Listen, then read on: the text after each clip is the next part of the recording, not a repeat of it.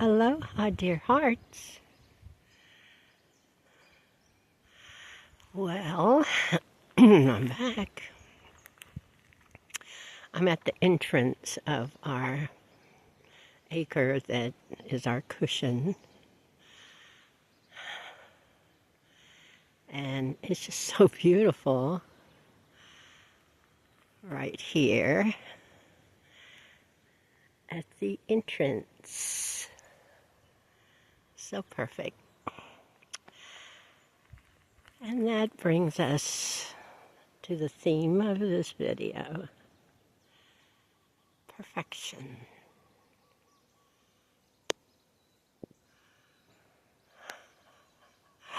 So for a while now, I've been kind of doing a mantra that everything's perfect. Let it be. Everything's faultless. Just let it be what it is. Now, of course, I've run into a few entrapments trying to convince me that it wasn't good or it needed my assistance to be better, or if only it was different than what it is, maybe I would be more at peace. You know, all these thoughts that come from the mind. Well, it seems I'm reaching a pinnacle of acceptance that everything is perfect and faultless. And it doesn't stop the mind from saying differently or trying to tempt me into buying into whatever it's blaming or finding fault with or thinking it should be different. So I'm going to try and go underneath this chain, which I usually can do kind of gracefully because it's hard for me to go over it.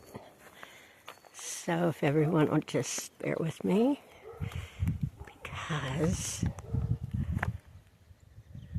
there's some beautiful things over here I'd like to share. So I'm just sharing this as a way out that it's proving to be for me personally, out of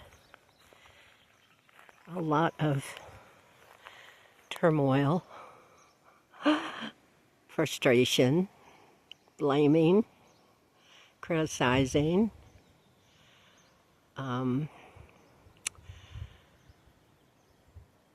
you know, all those things that keep us anxious and fearful even. If we keep saying everything is perfect, which we've totally been brought up with the repetition of nothing's perfect,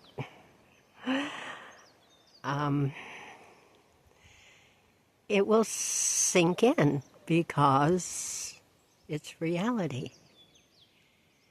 Everything has to be perfect because it all comes from perfection. And then it can guide into realizing that where it comes from, it is. It's perfect because we have a perfect God. We came from a perfect heaven. We'll go back to a perfect heaven. We are perfectly designed. This whole thing must be perfectly designed. And no matter what it looks like, there is this other perspective that can see it totally different. I mean, a death, it doesn't have to look tragic. I mean, it does look tragic if it's in a disastrous way of passing over, but what about it being a graduation? What if it's an exit point that was perfectly designed the way it happened? The timing, all of it, perfect. And they're rejoicing. As soon as they lift off this planet, I'm home. Oh my God, this is so warm and loving and wonderful. I've missed it so much and didn't even realize it till I got here. And then, of course, you have all your life review, which is perfect because it was all perfectly designed. So I'm sure there's no judgment of anything. It just wants you to feel everyone, feel what you went through, how it affected others. I hope this isn't blinding you. I'm having to walk very carefully because I cannot really see clearly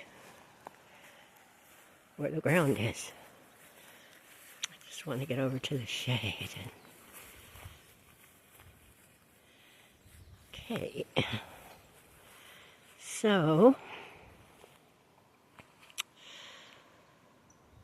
there's just different perspectives.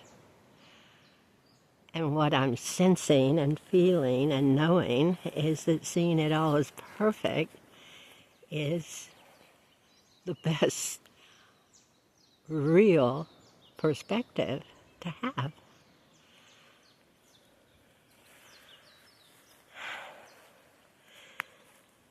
That takes time. Takes a little effort of reminding myself to see things as perfect, especially when anger comes out. That's a big one. Recently, I experienced this anger rising about the world affairs and what's going on. And I had to allow it. It was perfect.